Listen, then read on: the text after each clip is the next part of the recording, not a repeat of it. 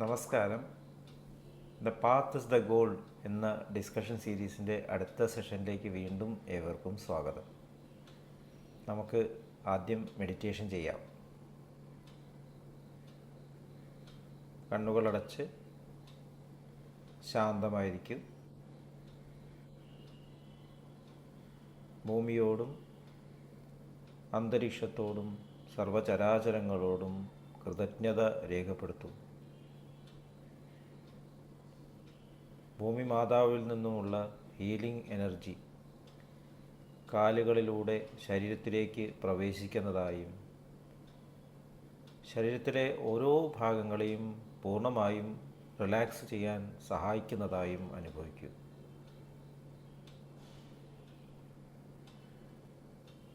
ശരീരം പൂർണ്ണമായും റിലാക്സ്ഡ് ആയതായി അനുഭവിക്കൂ. ഈ റിലാക്സേഷൻ ഹൃദയത്തിൽ അനുഭവിക്കും. ശ്വാസം ദീർഘമായി ഉള്ളിലേക്കെടുക്കൂ. ഹൃദയത്തിൽ സ്നേഹം നിറയുന്നതായി അനുഭവിക്കൂ. ശ്വാസം പുറത്തേക്ക് വിടുമ്പോൾ സ്നേഹം പ്രപഞ്ചം മുഴുവൻ വ്യാപിക്കുന്നതായി അനുഭവിക്കൂ. ഹൃദയത്തിലുള്ള സ്നേഹത്തിൻ്റെ സ്രോതസ്സിൽ നിന്നും ഉദ്ഭവിക്കുന്ന ദിവ്യപ്രകാശം മനസ്സിനെ ആകർഷിക്കുന്നതായി അനുഭവിക്കൂ. ആ ദിവ്യപ്രകാശത്തിൽ കുറച്ചു നേരം ധ്യാനത്തിലിരിക്കാം. മനസ്സിൽ ചിന്തകൾ വരുന്നുണ്ടെങ്കിൽ മൃദുവായി അവയെ അവഗണിക്കുക. ദിവ്യപ്രകാശത്തിൽ ധ്യാനം തുടരുക.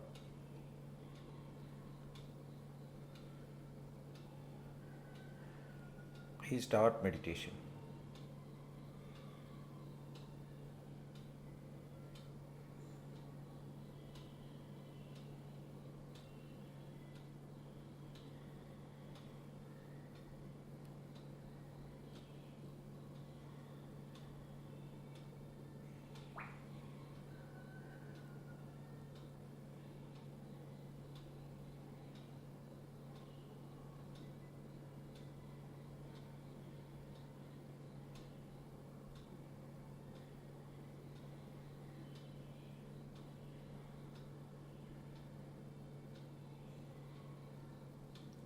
ഓക്കെ, ഈ കണ്ടീഷൻ ഹൃദയത്തിൽ നിലനിർത്തി പതുക്കെ കണ്ണുകൾ തുറക്കൂ.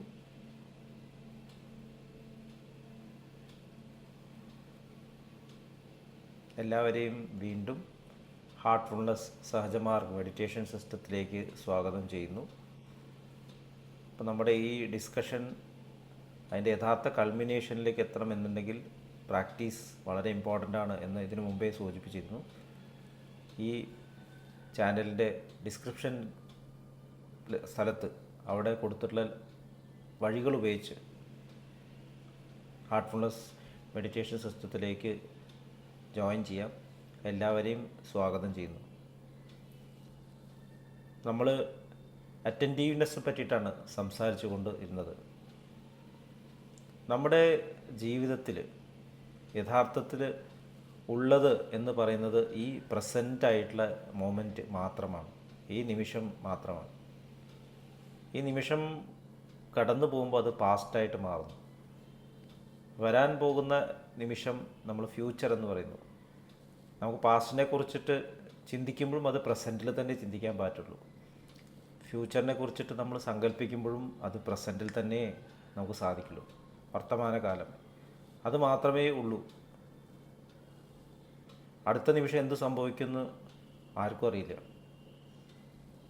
കബീർദാസ് പറഞ്ഞിട്ടുണ്ട്, കാൽ കരേസോ ആജ് കർ, ആജ് കരേസോ അബ്, പൽമേ പരളൈ ഹോയേഗി, ബഹുരി കരേഗ കബ്.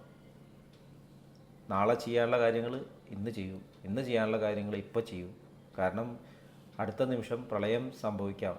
അപ്പോൾ പിന്നെ എങ്ങനെയാണ് ഈ കാര്യങ്ങൾ ചെയ്യുക? ആരാണ് ഈ കാര്യങ്ങൾ ചെയ്യുക? ഇതൊരു വളരെ വലിയ സത്യമാണ്. നമ്മൾ എന്തെങ്കിലും പ്രവൃത്തി ചെയ്യണം എന്ന് ആഗ്രഹിച്ചിട്ട് തുടങ്ങുമ്പോൾ പെട്ടെന്ന് എന്തെങ്കിലും ഒരു ശരീരാസ്വാസ്ഥ്യം വരിക, അല്ലെങ്കിൽ എന്തെങ്കിലും ബ്ലോക്ക് വരിക, ഇതൊക്കെ നമുക്ക് നാച്ചുറലായിട്ട് കാണുന്ന കാര്യങ്ങളാണ്.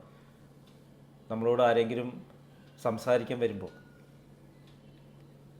ഞാൻ തിരിച്ചു വന്നിട്ട് സംസാരിക്കാം, തിരിച്ചു വരുമ്പോൾ ആളവിടെ ഉണ്ടാവില്ല. നമ്മുടെ ഗുരുനാഥനായിട്ടുള്ള ദാജി ഒരു ഉദാഹരണം പറയാട്ട്, ഡോക്ടർ വാർഡ്സിൽ റൗണ്ട്സ് നടത്തണം. അപ്പോൾ ഒരു പേഷ്യൻറ്റ് ഡോക്ടറോട് സംസാരിക്കാൻ പുറപ്പെടുകയാണ്. ഡോക്ടർ, എനിക്കൊരു കാര്യം പറയാനുണ്ട്. അപ്പോൾ ഡോക്ടർ പറഞ്ഞു, ഞാൻ റൗണ്ട്സ് കഴിഞ്ഞിട്ട് വരാം. റൗണ്ട്സ് കഴിഞ്ഞ് തിരിച്ചു വന്നപ്പോഴേക്കും ആൾ മരിച്ചു. അത് കുറ്റബോധമായിട്ട് നിൽക്കുകയാണ്. നമ്മൾ നമ്മുടെ പ്രസൻറ്റ് മൊമെൻറ്റിനെ വളരെ അറ്റൻഷനോട് കൂടിയിട്ട് നമ്മൾ സ്വീകരിക്കണം. അങ്ങനെയാണത് നമ്മുടെ യഥാർത്ഥ എക്സ്പീരിയൻസായിട്ട് മാറുന്നത്. നമ്മൾ പ്രസൻറ്റ് മൊമെൻറ്റിനെ ശ്രദ്ധിക്കാതെ വിടുമ്പോൾ അത് നമ്മുടെ പാസ്റ്റായിട്ട് ഉപബോധ മനസ്സായിട്ട് അവിടെ കിടക്കുകയാണ്. നമ്മൾ ശ്രദ്ധിക്കാതെ, മനസ്സിലാക്കാത്ത, എക്സ്പീരിയൻസ് ചെയ്യാത്ത കുറേ അറിവുകൾ. ചാരിജി മഹാരാജ് പറയാറുണ്ട്, മൊറാലിറ്റി എന്നുള്ള വാക്കിൻ്റെ അർത്ഥം എന്താണ്? നമ്മൾ മൊറാലിറ്റി എന്ന് പറയുമ്പോൾ സെക്ഷൽ തലത്തിൽ മാത്രമേ ചിന്തിക്കൂ, അതാണ് മൊറാലിറ്റി എന്ന് ചിന്തിക്കും. യഥാർത്ഥത്തിൽ മൊറാലിറ്റി എന്ന് പറയുന്നത് അതല്ല. Utilisation of all resources properly for the purpose. എന്ത് റിസോഴ്സ് ഉണ്ടെങ്കിലും കഴിവുകളുണ്ടെങ്കിലും അതിനെ വേണ്ട രീതിയിൽ ഉപയോഗിക്കുക. കൂടുതലും പാടില്ല, കുറവും പാടില്ല, ആവശ്യത്തിന് മാത്രം ഉപയോഗിക്കുക. അതാണ് മൊറാലിറ്റി എന്ന് പറയുന്നത്. ഇപ്പോൾ നമുക്ക് പൈസ ഉണ്ടെന്ന് വിചാരിക്കും, നമുക്ക് ആവശ്യമുള്ളത് നമുക്ക് ഉപയോഗിക്കാൻ പറ്റുന്ന പൈസയാണ്, ബാക്കി നമുക്ക് ആവശ്യമില്ല. അത് നമ്മൾ നമ്മുടെ ബാങ്ക് ലോക്കറിലും അല്ലെങ്കിൽ വേറെ എവിടെയെങ്കിലുമൊക്കെ ഡിപ്പോസിറ്റ് ചെയ്യുന്നു. അത് നമുക്കൊരു ഭാരമായിട്ട് മാറുന്നു. കാരണം ആ പൈസയെ സംരക്ഷിക്കാൻ നമുക്ക് സെക്യൂരിറ്റി വേണം, അല്ലെങ്കിൽ നമുക്ക് ടെൻഷനാണ്, ഇതാരെയും പറ്റിക്കോ. അപ്പോൾ നമുക്ക് ഉപയോഗിക്കാൻ പറ്റാത്ത ധനം യഥാർത്ഥത്തിൽ അവിടെ ഉണ്ടായിട്ട് എന്താ കാര്യം?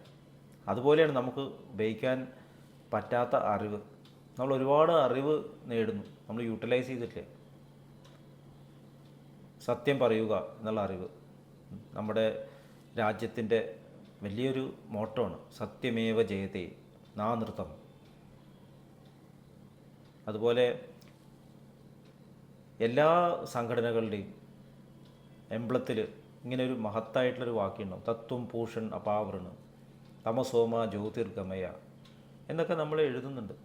അപ്പോൾ ഇതൊക്കെ നമ്മുടെ അറിവുകളാണ്, നമ്മൾ എക്സ്പീരിയൻസ് ചെയ്തിട്ടുണ്ടോ? നമ്മൾ സ്കൂളിൽ പഠിച്ചിട്ടുള്ള കാര്യങ്ങൾ, അത് പരീക്ഷ പാസ്സാകാൻ വേണ്ടിയിട്ട് പഠിച്ചു. പലരും ചോദിക്കാറുണ്ട്, ഇതൊക്കെ പഠിച്ചിട്ട് എന്താ കാര്യം? പരീക്ഷ പാസ്സായി. പരീക്ഷ കഴിഞ്ഞിട്ട് കുട്ടി പുറത്തിറങ്ങുമ്പോൾ ചോദിച്ചാൽ ഇനി എന്നോടൊന്നും പറയണ്ട, ഇനി അത് കഴിഞ്ഞു. ശ്രീ നാരായണ ഗുരു പറഞ്ഞതായിട്ട് കേട്ടിട്ടുണ്ട്, പുട്ടുണ്ടാക്കണ പോലെയാണ് എഡ്യൂക്കേഷൻ.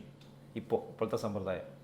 പുട്ടുകുറ്റിയിൽ അരിപ്പൊടി ഇടുന്നു, നാളികേരം ഇടുന്നു, അരിപ്പൊടി ഇടുന്നു, നാളികേരം ഇടുന്നു, എന്നിട്ട് സ്റ്റീമിൽ വേവിക്കുന്നു. പുട്ട് വെന്ത് കഴിഞ്ഞാൽ ഒറ്റ തട്ടാണ് പ്ലേറ്റിലേക്ക്, പുട്ടുകുറ്റി കാലി. ഇതാണ് എഡ്യൂക്കേഷൻ. നമ്മൾ മാത്തമാറ്റിക്സ് പഠിക്കുന്നു, സയൻസ് പഠിക്കുന്നു, സോഷ്യൽ സ്റ്റഡീസ് പഠിക്കുന്നു, ലാംഗ്വേജ് പഠിക്കുന്നു.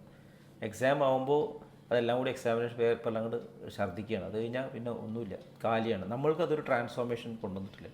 അപ്പോൾ അങ്ങനെയുള്ള അറിവുകളാണ് നമുക്ക് പാസ്റ്റിൽ കിടക്കുന്നത്, നമുക്ക് റിഗ്രറ്റ്സ് ആയിട്ട് കിടക്കുന്നു. വേറെ ആൾ വന്ന് ചോദിച്ചാൽ നമുക്കതുകൊണ്ട് ഒരു ഉപകാരമില്ല.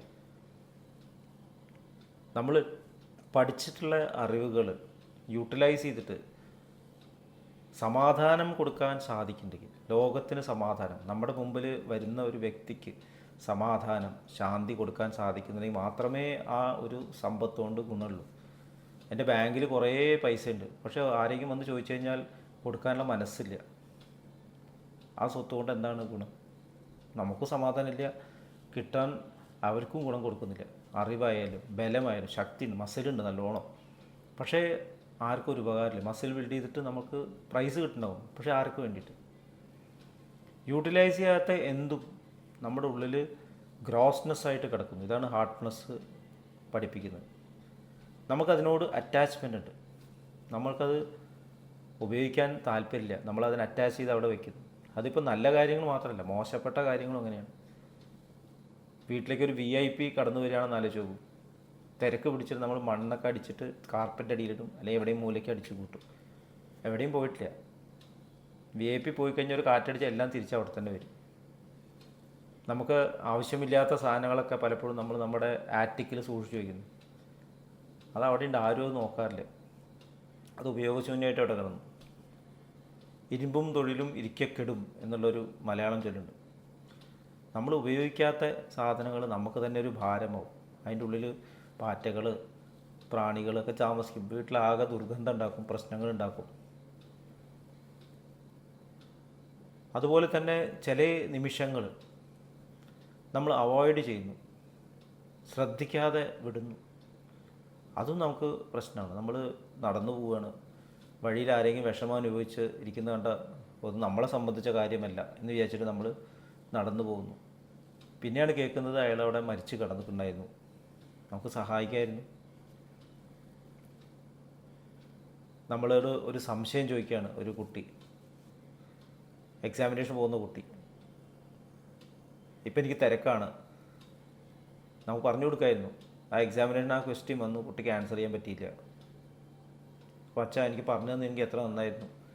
അപ്പം ഇങ്ങനെയുള്ള ഒരുപാട് കാര്യങ്ങൾ നമ്മൾ ശ്രദ്ധിക്കാതെ വിടുന്ന, അറ്റൻഷൻ ഇല്ലാണ്ട് വിടുന്നതാണ് നമ്മൾക്ക് ഉപബോധ മനസ്സിൽ നമ്മൾ യൂട്ടിലൈസ് ചെയ്യാതെ അറ്റാച്ച്മെൻറ്റ് കാരണം അവിടെ കിടക്കുന്നതൊക്കെ ഗ്രോസ്നെസ്സാണ്. അപ്പോൾ അത് നമ്മുടെ ഉള്ളിൽ ഡൈജസ്റ്റ് ചെയ്യാത്ത ഭക്ഷണം പോലെയാണ്. നമ്മൾ ഭക്ഷണം കഴിക്കണം, എന്താ കഴിക്കണമെന്ന് അറിയാതെ ഇങ്ങനെ കഴിക്കണം. വായിലെ ടേസ്റ്റ് മാത്രം നോക്കണം. അത് ശരീരത്തിന് നല്ലതാണോ ഒന്നും ആലോചിക്കുന്നില്ല. ഇത് എവിടെ നിന്ന് ഉണ്ടാക്കിയതാണെന്ന് അറിയുന്നില്ല. സ്വാദ് മാത്രം നോക്കി കഴിച്ച് അത് വയറ്റിൽ കിടന്ന് കുറച്ച് കഴിഞ്ഞാൽ അസുഖം ഉണ്ടാവണം, പിന്നെ ഛർദ്ദിക്കുന്നു. ഈ തരത്തിലുള്ള ഇൻഡൈജഷനാണ് നമ്മൾ ഇതിൽ ക്രിയേറ്റ് ചെയ്യുന്നത്. ഈ തോട്ട്സ്, ഈ ഡൈജസ്റ്റ് ചെയ്യാത്ത ഭക്ഷണമാണ് നമ്മുടെ ഉള്ളിൽ ചിന്തകളായിട്ട് ഇങ്ങനെ വന്നുകൊണ്ടിരിക്കുന്നത്. നമ്മൾ വെറുതെ ഇരിക്കുന്ന നിമിഷങ്ങളിൽ ഇത് പ്രകടമാവുന്നു. വർക്ക് ചെയ്തുകൊണ്ടിരിക്കുമ്പോൾ ഇത് പ്രകടമാവില്ല. വർക്കഹോളിക്സ് എന്ന് പറഞ്ഞ ആൾക്കാരുണ്ട്, എപ്പോഴും പണിയെടുത്തുകൊണ്ടിരിക്കും. കാരണം ഇങ്ങനെ ചിന്ത അലട്ടരുത്. അപ്പോൾ എപ്പോഴും വർക്ക് ഈസ് വർഷിപ്പ് എന്ന് പറയും. പക്ഷേ നമ്മൾ ഒരു സ്റ്റേജിൽ ഇരിക്കുകയാണെങ്കിൽ വയ്യാതെയാവുകയാണ്, നമുക്ക് ജോലി ചെയ്യാൻ പറ്റുന്നില്ല, സംസാരിക്കാൻ പറ്റുന്നില്ല. ആ സമയത്ത് ഈ ചിന്തകളൊക്കെ ഉള്ളിൽ വരുന്നു. റിട്ടയർ ചെയ്തിട്ടുള്ള ഒഫീഷ്യൽസിനെ പറ്റി നമ്മൾ ചിന്തിച്ചാൽ അറിയാം, എന്തൊക്കെയോ ചെയ്യായിരുന്നു, അതൊന്നും ചെയ്യാൻ പറ്റാത്തതുകൊണ്ട് മറ്റുള്ളവർ ഉപദേശിക്കുന്നു. ഉപദേശം ഒരു തരത്തിലൊരു ഇൻഡൈജസ്റ്റഡ് ഫുഡായിട്ടാണ് പുറത്തേക്ക് വരുന്നത്. പിന്നെ വരുന്നത് സ്വപ്നങ്ങളിലാണ്. നമ്മൾ ഡൈജസ്റ്റ് ചെയ്യാത്ത ഭക്ഷണം പോലെ ചിന്തകൾ പുറത്തേക്ക് വരുന്നു. നമ്മളുടെ ഫ്യൂച്ചറിലേക്ക് നമ്മൾ നോക്കുന്നത് ഭയത്തോട് കൂടിയിട്ടാണ്. കാരണം ഇതൊക്കെ ആവർത്തിക്കപ്പെടുമോ? അപ്പോൾ ഈ ഭയം സൃഷ്ടിക്കപ്പെടുന്നതും പാസ്റ്റിൽ നിന്നാണ്. മുൻവിധികൾ സൃഷ്ടിക്കപ്പെടും. ചെറിയ കാര്യങ്ങൾ നമ്മൾ ശരിക്കും മനസ്സിലാവാതെ നമ്മളുടെ ഉള്ളിൽ വെക്കുകയാണ്. അപ്പോൾ അതുകൊണ്ട് പ്രജുഡിസസ് ഉണ്ടാവുന്നു. പ്രജുഡിസ് ഉണ്ടാവുന്നത് മതം കൊണ്ട് മാത്രമല്ല, സയൻസും ഒരുപാട് പ്രജുഡിസസ് ഉണ്ടാക്കുന്നുണ്ട്. ഭൂമി പരന്നതാണ് എന്ന് സമ്മതിക്കാത്തവരെ പേഴ്സിക്യൂട്ട് ചെയ്തിട്ടുണ്ട്. ഭൂമി സൂര്യനെയാണ് ചുറ്റുന്നതെന്ന് പറഞ്ഞ ആൾക്കാരെ ഹൗസ് അറസ്റ്റിലിട്ടുണ്ട്. ഇപ്പോഴും അത് സംഭവിക്കുന്നു. പുതിയൊരു കാര്യം ഒരു സയൻറ്റിഫിക് സൊസൈറ്റിയിൽ അവതരിപ്പിച്ചാൽ വളരെയധികം പ്രൊട്ടസ്റ്റ് ഉണ്ടാകുന്നു. ഇതിനെന്ത് തെളിവാണല്ലോ? ഇതുവരെ ഉണ്ടായിട്ടുള്ള അറിവിനനുസരിച്ചിട്ട് ഇത് മുന്നോട്ട് പോകാൻ പറ്റില്ല. എവിഡൻസ് ഇല്ല. ലോകത്തിൽ ഒരിക്കലും വളർച്ച, പ്രോഗ്രസ് പാസ്റ്റിലത്തെ അറിവെന്നല്ല ഉണ്ടായിട്ടില്ല. എപ്പോഴും ഒരു റെവലേഷൻ ഉണ്ടായിട്ടില്ല. ഇത് സയൻറ്റിസ്റ്റ് കൂടി മറന്നു പോകുന്നു. അപ്പോൾ ഇതിനാണ് അന്ധമായിട്ടുള്ള വിശ്വാസം എന്ന് പറയുന്നത്, സൂപ്പർസ്റ്റിഷൻ. അപ്പോൾ നമ്മൾ സൂപ്പർസ്റ്റിഷൻ എന്ന് പറയുമ്പോൾ പൂച്ച നടുവ് കൂടെ ചാടിയ വിഘ്നം വരും എന്നുള്ള ആ രീതിയാണ് സൂപ്പർസ്റ്റിഷൻ എന്ന് ചിന്തിക്കുന്നത്. പക്ഷേ സയൻറ്റിഫിക് ആയിട്ടുള്ള ചിന്താഗതി വെക്കുന്ന ആൾക്കാർക്ക് ഒരുപാട് സൂപ്പർസ്റ്റിഷൻ ഉണ്ട്. ഒരുപാട് തിയററ്റിക്കലായിട്ടാണ് പലപ്പോഴും ചിന്തിക്കുന്നത്. പുതിയൊരു അറിവിനെ സ്വീകരിക്കാൻ ഒരുപാട് ബ്ലോക്കുകൾ ഉണ്ടാകുന്നുണ്ട്. അപ്പോൾ ഇതെല്ലാം നമ്മൾ മറികടക്കേണ്ട ആവശ്യമുണ്ട്. അപ്പോൾ നമ്മളെല്ലാം പഠിക്കുമ്പോഴും നമ്മുടെ ഉള്ളിൽ പ്യൂരിറ്റിയോട് കൂടിയിട്ട് വേണം നമ്മൾ ഈ അറിവിനെ ഉൾക്കൊള്ളാൻ. നമ്മൾ എപ്പോഴും ആക്സെപ്റ്റൻസിന് തയ്യാറാവും. അപ്പോൾ അത് പ്യൂരിഫിക്കേഷൻ ഉണ്ടപ്പോഴേ നടക്കുള്ളൂ. നമ്മൾ നേരത്തെ ഡിസ്കസ് ചെയ്തു, പ്യൂറായിട്ടുള്ളൊരു ചാനലിലൂടെ മാത്രമേ നല്ല പ്യൂർ ഫ്ലോ വരുള്ളൂ. നമ്മളിലേക്ക് ഒഴുകി വരുന്ന അറിവിനെ സൂപ്പർ കോൺഷ്യസ്നസ് പറയുന്നു. അപ്പോൾ സബ് കോൺഷ്യസ് എന്ന് പറഞ്ഞാൽ നമ്മൾ മനസ്സിലാക്കാത്ത പാസ്റ്റ്. കോൺഷ്യസ് എന്ന് പറഞ്ഞാൽ ഇപ്പോൾ നമ്മൾ ഇരിക്കുന്ന പ്രസൻറ്റ് സ്റ്റേറ്റ്. സൂപ്പർ കോൺഷ്യസ് എന്ന് പറഞ്ഞാൽ നമുക്ക് വരേണ്ട അറിവുകൾ ശരിക്കും പ്രിപ്പയർ ആണെങ്കിൽ അത് നമ്മളിലേക്ക് വരും. അത് വരണമെന്നുണ്ടെങ്കിൽ നമ്മുടെ ഉള്ളിൽ ഒരു പ്യൂരിറ്റി കൊണ്ടുവരണം, ലാളിത്യം കൊണ്ടുവരണം. അവിടെയാണ് സഹജമാർഗത്തിൽ ഹാർട്ട്ഫുൾനെസ് മൂവ്മെൻറ്റിൽ ശുദ്ധീകരണം, നമ്മൾ ശുദ്ധീകരണം, ക്ലീനിങ്, അതിനെക്കുറിച്ചൊരു സെഷൻ നടത്തി. എല്ലാവരും ഒന്നുകൂടി അത് റെഫർ ചെയ്താൽ അത് എങ്ങനെ ചെയ്യേണ്ടതെന്ന് പറയും, മനസ്സിലാവും. ഒരു സജഷനാണ്. അപ്പോൾ നമുക്ക് അങ്ങനെ ഒരു ഉപബോധ മനസ്സുണ്ട് എന്നുള്ളത് നമ്മുടെ ഈ ചർച്ചയിലൂടെ നമുക്ക് മനസ്സിലാവുന്നു. അത് നമുക്ക് കാണിച്ചു കൊടുക്കാൻ പറ്റില്ല. ഞാൻ പാൻറ്റും ഷർട്ടും ഇട്ട് നടക്കുമ്പോൾ എൻ്റെ ഉപബോധ മനസ്സാർക്കും മനസ്സിലാവില്ല. നല്ല മനുഷ്യൻ എന്ന് പറയും, പക്ഷേ അതവിടെ ഉണ്ട്. നെറ്റിയിൽ ചുളി വരും, മുഖത്ത് ടെൻഷൻ്റെ ഫീൽസ് വരും, കാരണം എന്താ ഉപബോധ മനസ്സ് അലട്ടുണ്ട്. നമുക്ക് ലോകത്തിന് മുമ്പ് നുണ പറയാം, എനിക്ക് എന്നോട് നുണ പറയാൻ പറ്റില്ല. ശരിക്കും പ്യുവറായിട്ടുള്ളൊരു മനുഷ്യന് എവിടെയും കടന്ന് ചെല്ലാൻ സാധിക്കും, ഭയമില്ലാതെ നിൽക്കാൻ സാധിക്കും, ട്രാൻസ്പെറൻസി വരും. മഹാത്മാഗാന്ധിജിയുടെ ജീവിതം നോക്കിയല്ലേ, ട്രാൻസ്പെറൻസി, ഭയമില്ല.